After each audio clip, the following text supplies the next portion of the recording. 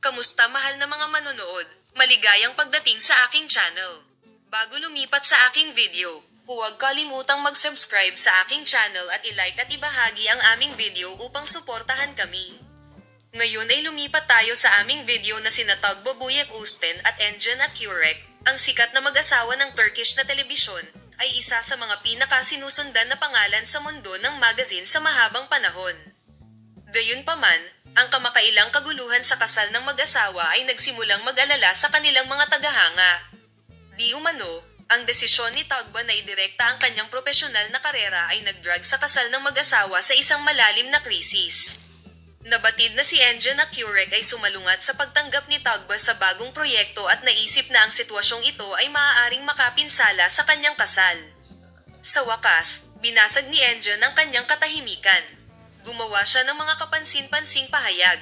Sinusubukan kong protektahan ang aming kasal. Pinipilit ka ni Tugbo ngayon. Si Tugbo Buyak Usten ay isang artista na masigasig sa kanyang karera at nakikibahagi sa mga matagumpay na proyekto. Gayunpaman, ang bagong proyekto na inaalok sa kanya kamakailan ay parehong isang malaking hakbang sa kanyang karera at isang malaking pagsubok para sa kanyang kasal.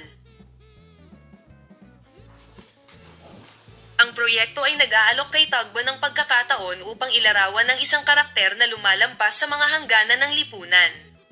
Gayunpaman, ang matapang na katangian ng karakter na ito at ang kanyang nakaraan ay nag-aalala kay Engin Akyurek. Naniniwala siya na ang paglahok ni Engin Tugbo sa proyektong ito ay negatibong makakaapekto sa kanilang pagsasama.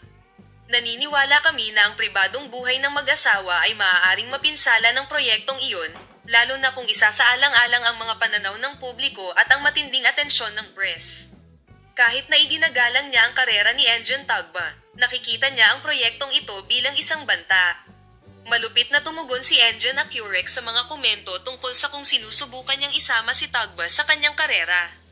Sinabi ni Engin Akyurek na ang krisis na ito sa kanyang kasal ay sanhi lamang ng isang propesyonal na kawalang ingat at sinabi, "I'm fighting to save our marriage." Gayunpaman, tinutokso ni Tugbo ang kapalaran sa desisyong ito. Patuloy naming ibibigay sa iyo ang mga pag-unlad sa paksa. Patuloy na panoorin ang aming channel. Palem.